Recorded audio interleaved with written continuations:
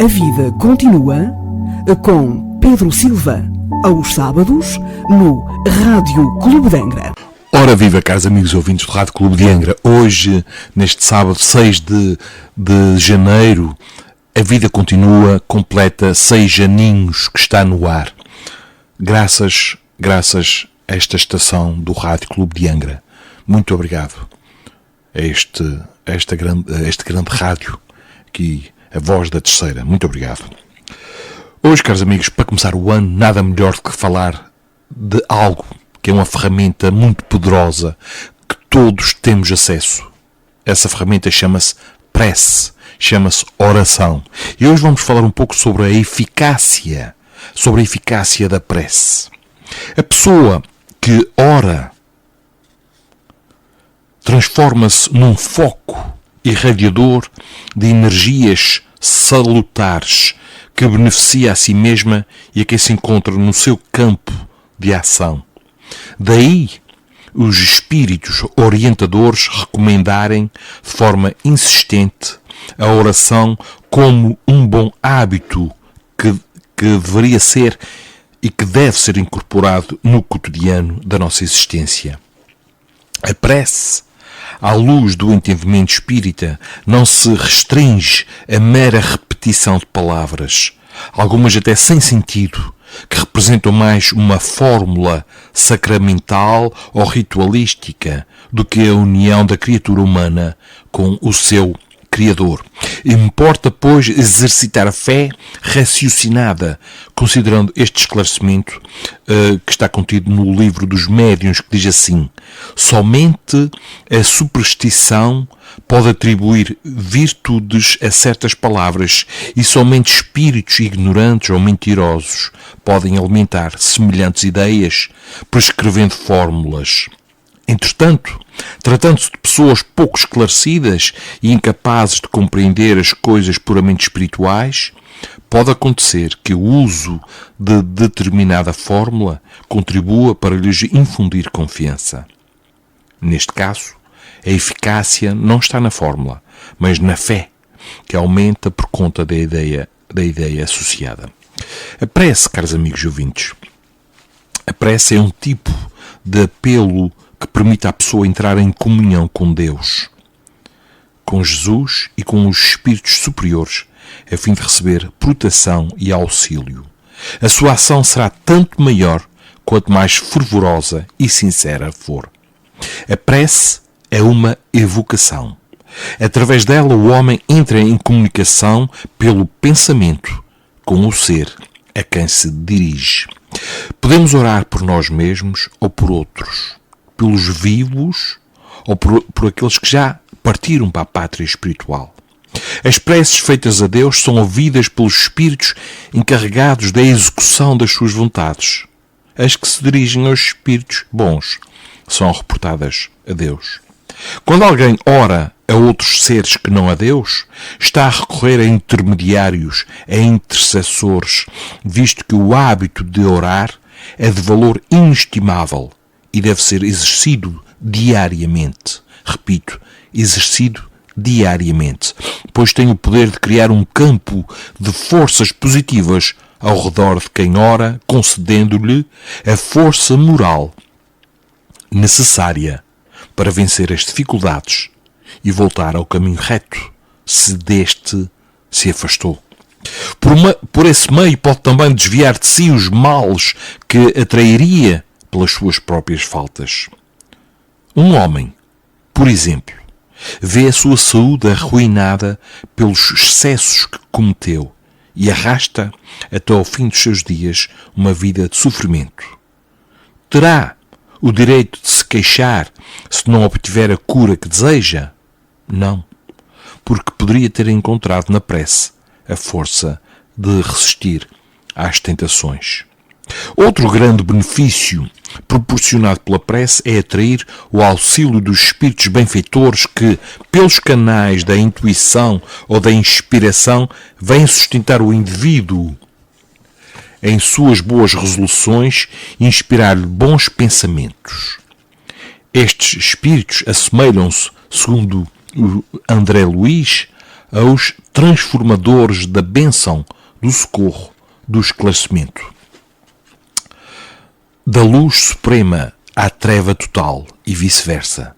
Temos o fluxo e o refluxo do sopro do Criador através de seres incontáveis, escalonados em todos os tons do instinto, da inteligência, da razão, da humanidade e da angelitude que modificam a energia divina de acordo com a graduação do trabalho evolutivo no meio em que se encontram. Cada degrau da vida está superlotado por milhões de criaturas. A prece, qualquer que ela seja, é a ação provocando a reação que lhe corresponde. Quando a pessoa ora emite vibrações mentais que se espalham no fluido cósmico por intermédio das correntes de pensamento, cujos mecanismos são assim explicados pelo codificador. Portanto, quando nós oramos, nós emitimos vibrações mentais que se espalham por todo o cosmos. O codificador Allan Kardec explica-nos o seguinte: quando, pois, o pensamento é dirigido a um ser qualquer, na Terra ou no espaço, daqui do plano físico para o plano espiritual, ou do plano espiritual para o plano físico, estabelece uma corrente fluídica entre um e outro, transmitindo um pensamento como o ar transmite o som. A energia da corrente guarda proporção com a do pensamento e da vontade. É assim, caros amigos, que os espíritos ouvem a prece que lhes é dirigida, qualquer que seja o lugar onde se encontrem. A oração apresenta, em geral, 3 características fundamentais anunciadas no Pai Nosso, que é o modelo de prece ensinada por Jesus. Essas 3 características são louvor, pedido e agradecimento. Allan Kardec, o codificador da doutrina espírita, analisa a importância desta oração, dizendo que é o mais perfeito modelo de concisão, verdadeira obra-prima de sublimidade na simplicidade. Com efeito, sob a forma mais singela, ela resume todos os deveres do homem para com Deus, para consigo mesmo e para com o próximo.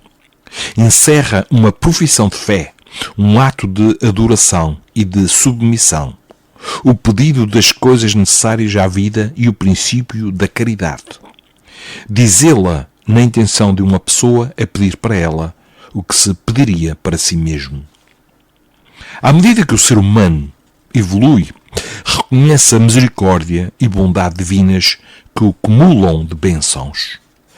E, com esta compreensão, as suas orações perdem o caráter de peditórios, sendo caracterizadas por louvores e agradecimentos dirigidos ao Criador.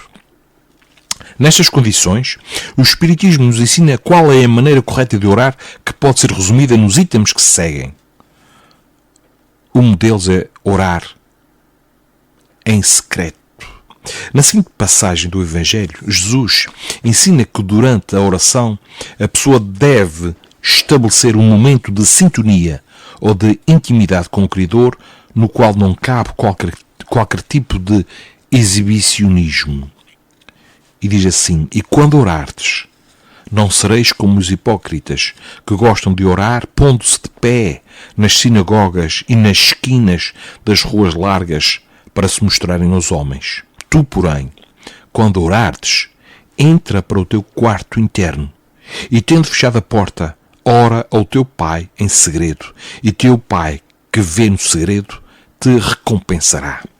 Bom, é importante compreender que a expressão orar em segredo não indica posicionamento físico ou postura especial, física ou mística.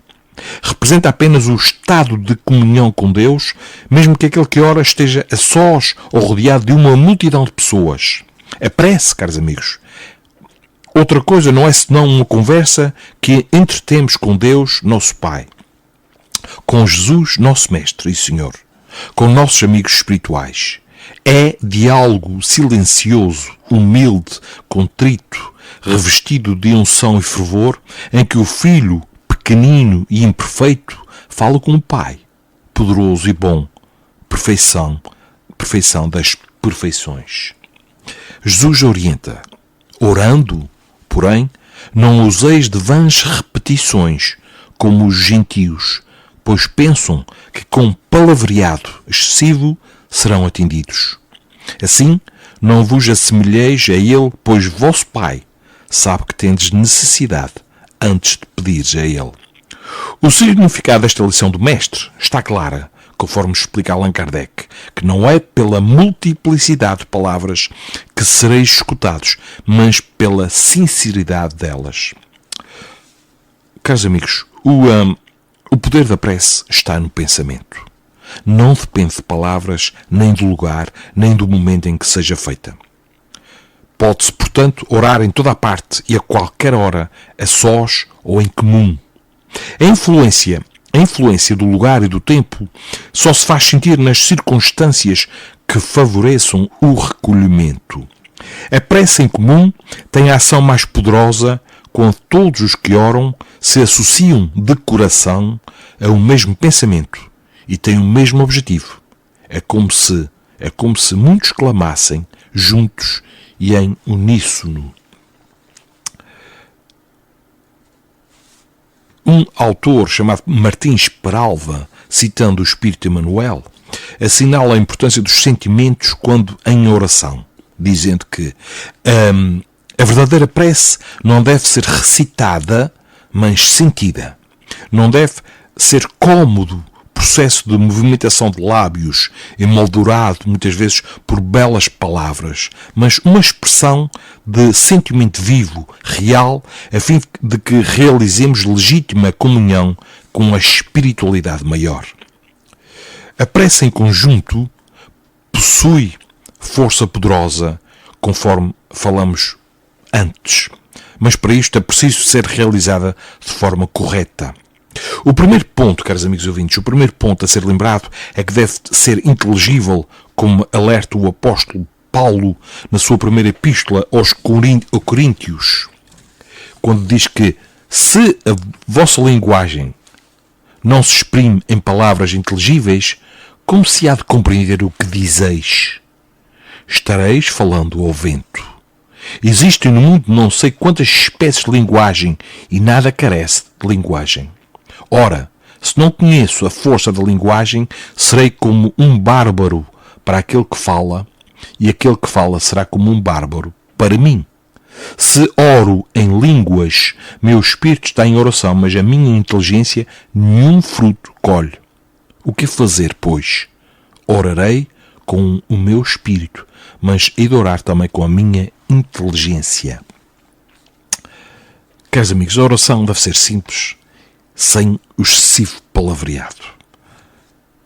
A prece só tem valor, acrescenta Allan Kardec, pelo pensamento que lhe está conjugado, que lhe está associado. Ora, é impossível conjugar um pensamento qualquer àquilo que não se compreende, pois o que não se compreende não pode tocar o coração. E prossegue nesta argumentação que é a seguinte: para a imensa maioria das criaturas, as preces feitas numa língua que elas não entendem não passam de um amontoado de palavras que nada dizem ao espírito. Para que a prece toque, é preciso que cada palavra desperte uma ideia. Ora, a palavra que não é entendida não pode despertar ideia nenhuma. Será repetida como simples fórmula. Muitos oram por dever, alguns até por obediência aos usos, pelo que se julgam quites, desde que tenham dito uma oração de determinado número de vezes e em tal ou tal ordem.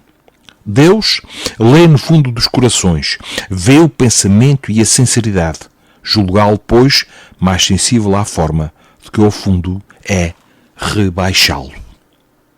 Para o Espiritismo, portanto, a prece realizada nas reuniões, nas palestras, nos convívios, deve ser simples, objetiva e preferida numa linguagem que facilite o entendimento de todos. E agora em relação à oração e as provas da vida, os problemas que todos nós temos. As provas, caros amigos, e as expiações acontecem em decorrência da lei de causa e efeito, visto que os nossos sofrimentos resultam das nossas infrações às leis divinas e que, se as observássemos de forma regular, seríamos completamente felizes. A prece, contudo, tem o poder de amenizá-las, tornando suportáveis as agruras da existência, ainda que Jesus tenha afirmado: tudo quanto orardes e pedirdes, crede que o recebestes, e assim será para vós. Seria, caros amigos, seria ilógico concluir desta máxima: seja o que for que peçais na prece, crede que vos será concedido, que basta pedir para obter, como seria injusto acusar a providência se não atender a toda a súplica que lhe é feita, uma vez que ela sabe melhor do que nós o que é para o nosso, o que é melhor para nós, para o nosso bem. É assim que procede um pai criterioso que recusa ao filho o que seja contrário aos seus interesses. O homem em geral, só vê o presente. Ora, se o sofrimento é útil à sua felicidade futura, Deus o deixará sofrer, como o cirurgião deixa que o doente sofra as dores de uma operação que lhe trará a cura. Ante os desafios da vida, é importante que, ao orarmos, peçamos a Deus confiança, coragem, paciência e resignação, a fim de superarmos os obstáculos ou as dores das provações. Os bons espíritos virão em nosso auxílio, não haja dúvida, inspirando-nos boas ideias e sentimentos, sem contudo impedir o cumprimento do planeamento reencarnatório. Aprendemos dessa forma, mesmo perante as maiores dificuldades, a fazer a nossa parte, recebendo em contrapartida toda a proteção e amparo de Deus. Ele assiste os que se ajudam a si mesmos, conforme esta máxima: ajuda-te que o céu te ajudará, e não os que tudo esperam de um socorro estranho, sem fazer uso das próprias faculdades. Entretanto, na maioria das vezes, o que o homem quer é ser socorrido por um milagre, sem nada a fazer da sua parte. E para terminar, caros amigos, falar um pouco só sobre a oração e o perdão das ofensas. O perdão, para exercitarmos neste ano de 2024. Ainda que sejamos catalogados como espíritos imperfeitos, é importante que, pelo menos, durante a prece, a oração, demonstremos o nosso esforço de melhoria espiritual. Lembrar que devemos aprender a perdoar, purificar a alma de qualquer sentimento infeliz e agir segundo os preceitos da caridade, como ensina Jesus, que dizia: e quando estiverdes a orar, perdoai, se tendes algo contra alguém, para que também vosso Pai, que está nos céus, vos perdoe as vossas transgressões. E uma coisa muito importante, caros amigos, para aqueles que já partiram para a pátria espiritual e que sofrem, os espíritos sofredores reclamam preces, e estas lhes são proveitosas, porque, verificando que há quem pense neles, se sentem menos abandonados, menos infelizes. Mas a prece tem sobre eles uma ação mais direta, reanima-os, incute-lhes o desejo de se elevarem pelo arrependimento e pela reparação, e pode desviar-lhes o pensamento do mal. É nesse sentido que a prece pode não apenas aliviar, como abreviar os seus sofrimentos. Por isso, peçamos por aqueles que partiram, quer derivado às guerras, aos flagelos destruidores, por acidentes, por mortes súbitas, mortes violentas. Oremos por todos estes irmãos, em especial para aqueles que estão sós, que estão tristes, pois a nossa prece é um autêntico bálsamo que se passa na ferida e atenua as dores. Façamos neste ano como fizemos na passagem de ano, tomada de decisões, desejos que foram exteriorizados, que façamos da prece uma prática diária e verão, caros amigos e ouvintes, que fará toda a diferença na nossa vida. Falemos mais de Jesus, divulguemos mais o que ele ensinou, pois ele está tão esquecido e por isso o mundo está como está. Marcamos encontro para o próximo sábado. Até lá, um grande abraço aqui do Pedro Silva. A vida continua com Pedro Silva, aos sábados, no Rádio Clube de Angra.